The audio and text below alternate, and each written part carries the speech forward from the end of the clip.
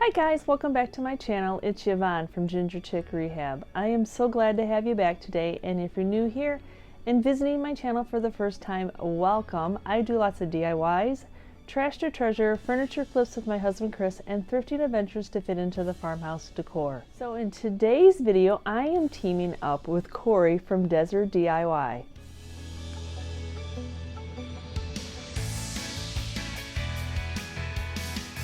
So this is a great collaboration because the both of us are furniture flippers. We both take tired, unwanted, unloved furniture and give it new life. So if you're one of my regular viewers, please hop over to Cory's channel and check her out. She does a fabulous job with unwanted, thrifted, found on the side of the road free furniture. I'm so jealous because I never find any on the road free. I would absolutely love it. Once in a while a friend does give us a piece for free, but not in our area do we ever find anything like that. So on my furniture flip, one is a garage sale item, it's a little hutch, and another one is a bench. And these are both that press board with a little bit of laminate over it. And so these are definitely unwanted, unloved, they are definitely outdated, and they are mostly ones that you would get discarded because they are not real wood. But sometimes it's not easy in my area to find furniture, and so once you paint it up, it is heavy, it looks good. So I just wanted to share the process that we have done pieces like this and they sell just as well as the wooden pieces. I think people are just so happy to have something that's not going to fall apart. So part of this process is we had done a video a while ago where we had tried out our new sprayer and we had done a similar dresser, but unfortunately we did not pre-sand it, our bad, so the paint did not stick. So part of the comments from our regular viewers or people who viewed the video said, oh, you should have chalk paint that, that will stick to that type. So today's video for my regular viewers, we are chalk painting. So this is the process of how we flip furniture and get it ready to resell in our retail booth. And just to let you know that I only sell locally here in my little town. So we had picked up the smaller hutch here for $5 at a garage sale this summer. It is that laminate over pressed board. I know most people would have passed it up, but it is just a nice size cupboard. Sometimes the great big china hutches people don't have room for, so we snagged this up with the thought that we would try something new on it. Yep, it is a little bit wonky, but Chris will do his magic on it. And then I ran across this nice size bench seat with cubby holes for $15 at my local Goodwill. It is that same type of material, that same laminate over press board.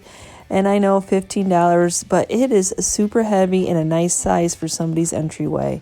So there's nothing really fancy about this little cupboard, but hopefully it will be the paint job. So what Chris is doing right now is he's just assessing that back panel. That back panel is what was not sturdy anymore and what was making the piece wonky. So he's just using a nailer and nailing that back piece in, and then this piece will be nice and stabilized.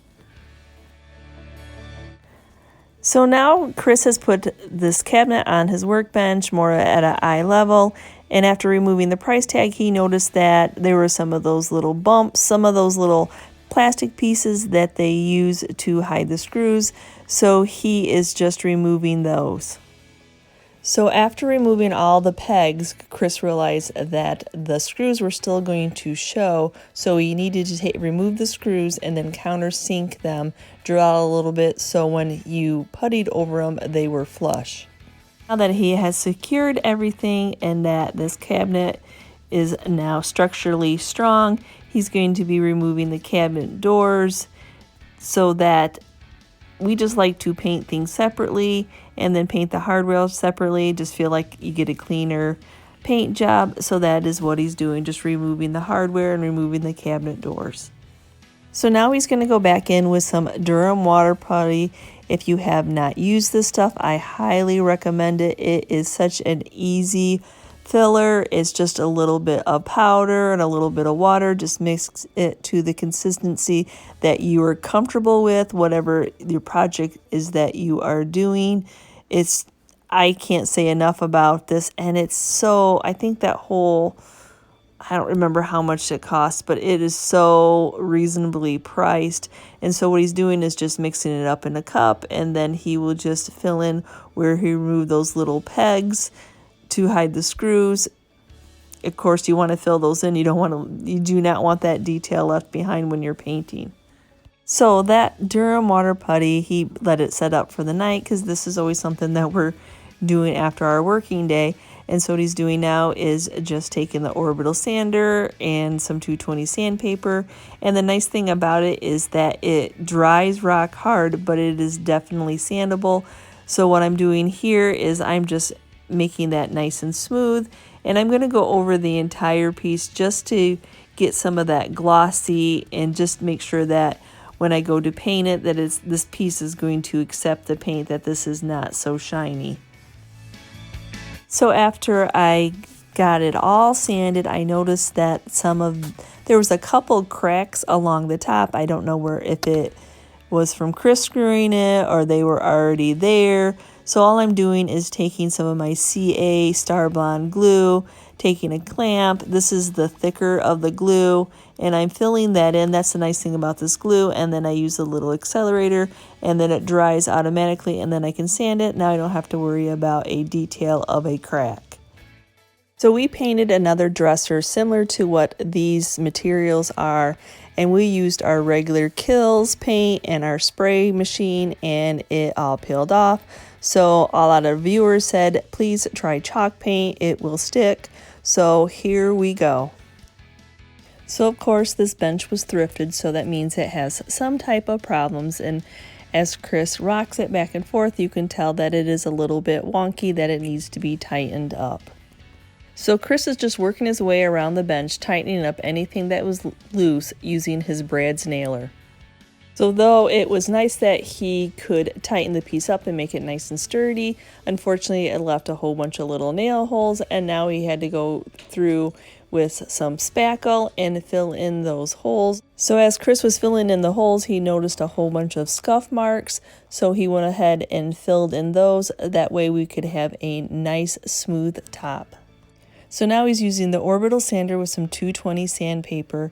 Not only is he smoothing out where he had spackled, but he's also taken a little bit of that shine just to make sure that the paint will be accepted into this piece and that it is nice and smooth. Now that we have all our pieces prepped, they're all tightened, and they're all blown off with the air compressor to get that sand dust off, it's time to just give them a good cleaning with Crud Cutter. So now we're going to tag team these two pieces. Chris is going to work on the bench and I'm going to work on the cabinet, and we're going to get our first coat of chalk paint on them. So now all the pieces have their first coat of the Black Noir chalk paint by Behr, and this is what the inside looks like.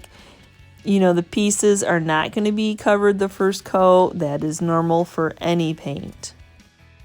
So as far as cleaning the hardware, I just like to do Dawn dish soap and hot water.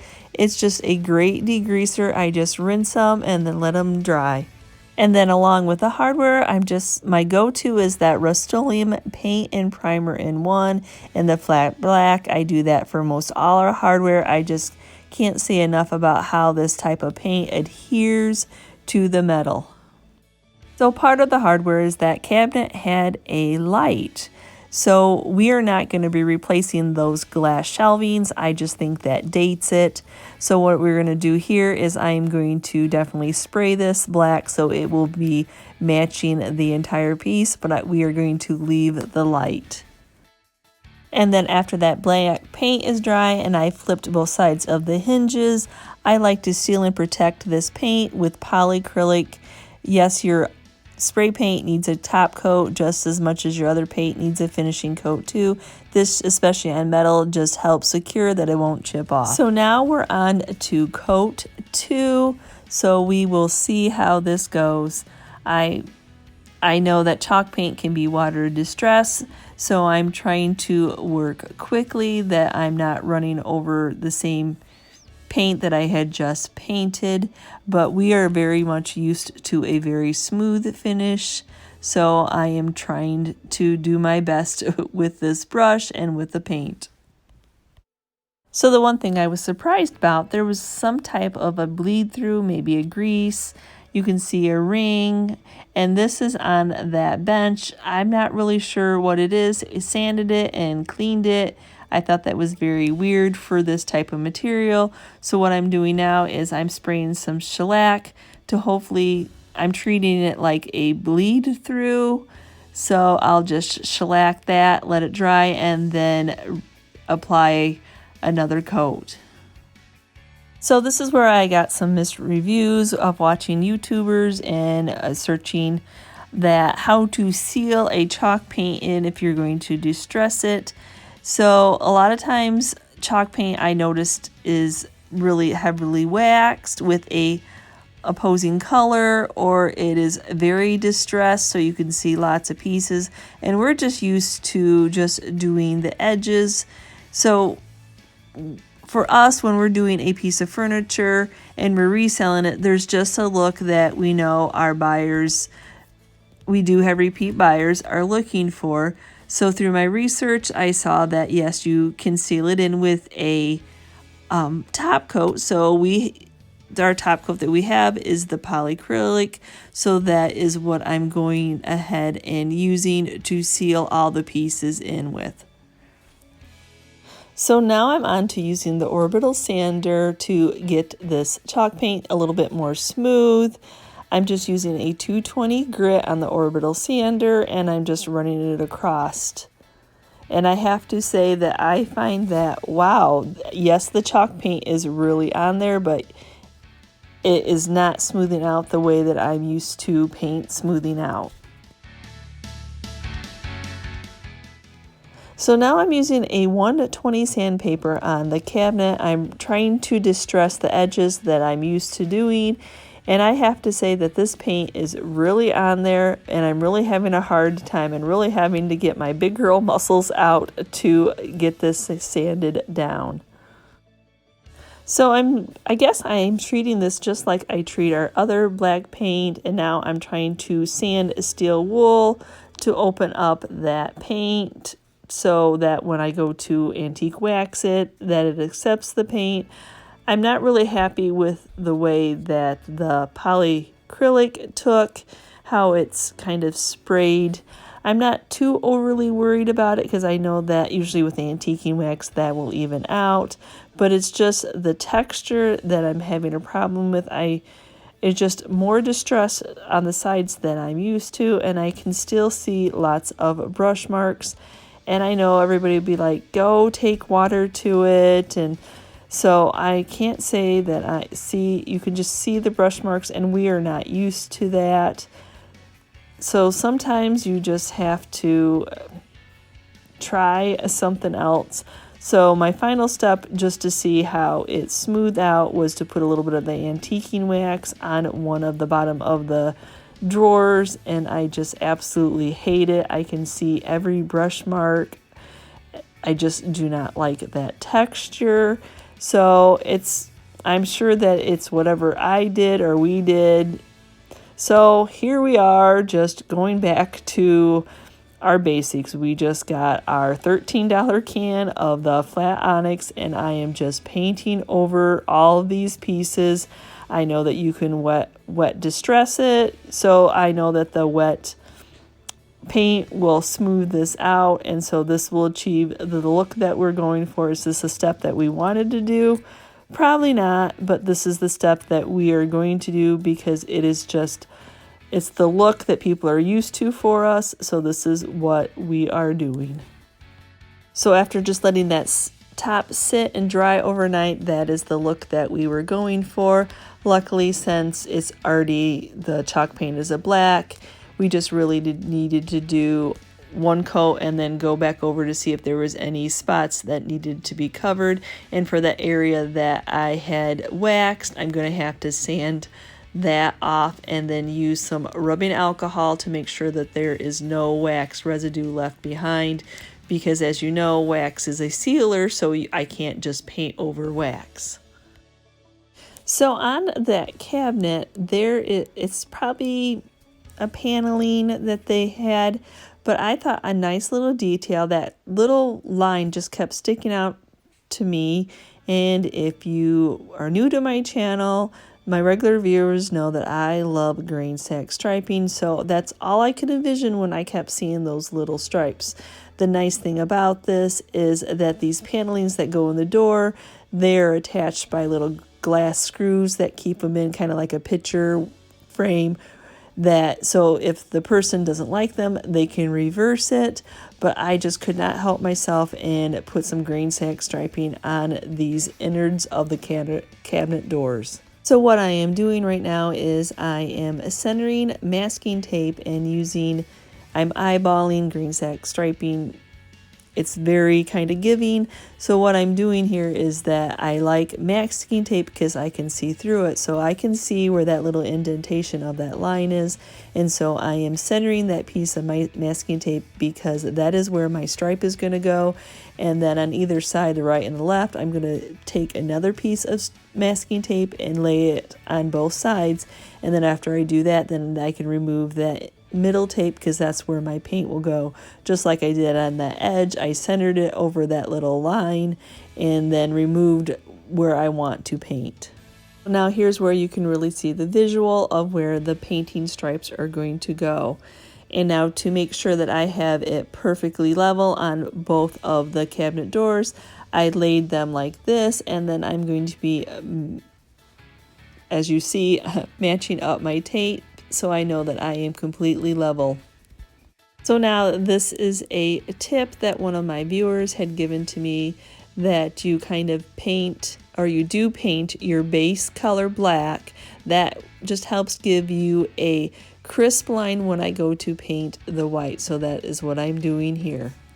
So now I am just using my Kills paint and primer in one, and then I'm using a makeup sponge just to apply it. But you could use the brush. I've already kind of sealed it in with that black paint. I'm just used to doing my stenciling like this. So sometimes you just, like I said, this whole project is about us doing what we're used to doing. So now I'm just using the assistance of the heat of a blow dryer to help release that sticky on that masking tape. This way I don't accidentally pull off any of the previous paint or any of the stencil paint, and then I make sure that it's good and dry. This is just something that I am used to doing, even though I know there's a top coat somewhere in the bottom of it that it should stay on. Just my reassurance of making sure that it does not pull off any of the paint. So I didn't want that bench to feel all nice and lonely, that it wasn't going to get any stripes either. So I decided that I was just going to do a few little thin stripes on the edges of this cute little bench seat, just to give it a little something, little added detail from all that black. And so I'm doing the same thing. I just made sure that my first piece of tape was level with where the first opening was. That's how I was guiding it. And then I'm just doing little 1/4 inch stripes, just little bitty stripes, just to give some nice detailing to all that black. And then I love to use the heat. Okay, so here's the reason why I like to use masking tape from the Dollar Tree. See how I can see where my stripe was, even though it is white. So I measured my 1/4 inch. So I have a 1/4 inch that's not going to be painted. And then I have a 1/4 inch where I need to paint my second stripe. So that's how I work it. So I'm going to be doing one more stripe on top of this, and I'm going to do the same thing. I'm going to center it so that I only have a 1/4 inch that is showing, and then that'll be where there's no paint, and then I lay another piece of tape so it's a 1/4 inch apart. My initial idea was 3 stripes for 3 cubbies, but I just did not, for my eye, it wasn't pleasing, the 3 stripes. It just needed to be a little bit wider. So here I go with one more, just 4 stripes on the top of this bench. The same technique, the same 1/4 inch spacing. So even though there is some polyacrylic on this somewhere underneath there, we still need to top coat the black paint. So here we go again with the polyacrylic and spraying a nice coat. So we're going to be able to sand and distress this black. This just seals in that paint. So now I'm just doing that same sanding process of the 120 sandpaper on the sharp edges and that steel wool over the rest of the piece. So it's just a look that we were looking for. I'm sorry that this whole process, but I felt as if we should share it if anybody else has had any experience with chalk paints. And I know that Cory probably has done 1,000,001 beautiful pieces of chalk paint. I guess it's just not for the ginger chick. So our go-to for finishing these pieces up is Waverly Antiquing Wax. I absolutely love what this does to our black paint. So this is a wipe on, a rub off, and as you see on this side, you can see how it's just richened that black up. It doesn't look like a chalky mess. You can see the inside where I have not done the Waverly wax. You can completely tell the difference between. I just absolutely love the color that it makes this piece. So remember I told you that those cabinet doors, this is how they attach. So if the person does not like the striping on the front, they can flip around and they can have the back all black. So that's just a nice little option. And I absolutely love what the antiquing wax does to white, as we're giving you a little preview of what that front looks like. And even though it took a long process with a lot of coats of paint, it was well worth it. It took this outdated cupboard and just gave it new life. And like I said, if somebody doesn't like the green sack stripings, you can turn them into the inside. I am very happy that we removed the glass shelves and that we kept that light. I can totally see this being used as a coffee bar and opening that space up. So to finish that top space, that empty space where we removed the shelves, we're going to be adding this dowel rod, this bar, so that you're able to hang some coffee mugs from it or some decor if you want to. But that way the light still shows through and you have a nice little lighted area for your coffee in the morning if you choose to use it as a coffee bar. So all Chris did is I stained that dowel rod with the Waverly Antiquing Wax. He hung those little hangers for the dowel rod, and then we had these little hooks that we bought a whole bunch from Amazon when we did another coffee bar, and I absolutely love how this turned out. Now you can use that light, you can see through with that dowel rod, and then it fills in that very tall space. So I absolutely love how this bench turned out. 3 stripes just was not enough. It needed those 4 stripes to complete this. This is just the distressing. This is how we distress a piece, just a little bit. I absolutely love the Waverly wax. I love what it does to that black paint. It just richens it up. And can you have too many stripes? Yeah, probably not. I had to throw these throw pillars on there just to show my love of green sack stripes. So what did you think of today's furniture flip? I know they were probably all surprised that I tried chalk paint. We tried. I just wanted to share our story because I'm sure, hopefully I am not the only one that's had stories like this. And you know, sometimes you just get used to a technique that you do, and I give all those YouTubers out there credit because they do amazing things with chalk paint. And I know I'll get, you should have used this kind, you should have used that kind, but I'll tell you what, in our little area, it was, and I know you can order everything online, but anyway, this was the story, and I just wanted to share with you that, you know, we do something until we love it, and if I don't love it, I don't feel like anybody else is going to love it. So if that was my only suggestion to anybody that wants to resell, just make sure that you love every piece that you put out. So I thank you. If you came over for Cory's channel, please give me a comment just so I know to say hi. And if you are one of my regular subscribers, please give Cory a chance and go check out her channel as well. And I thank you so much for watching today's video, and don't forget to give me a like and a quick comment and a share if you feel so inclined to do. And if you're new to my channel, please consider hitting that subscribe button along with the notification bell so you know when I've uploaded a new video.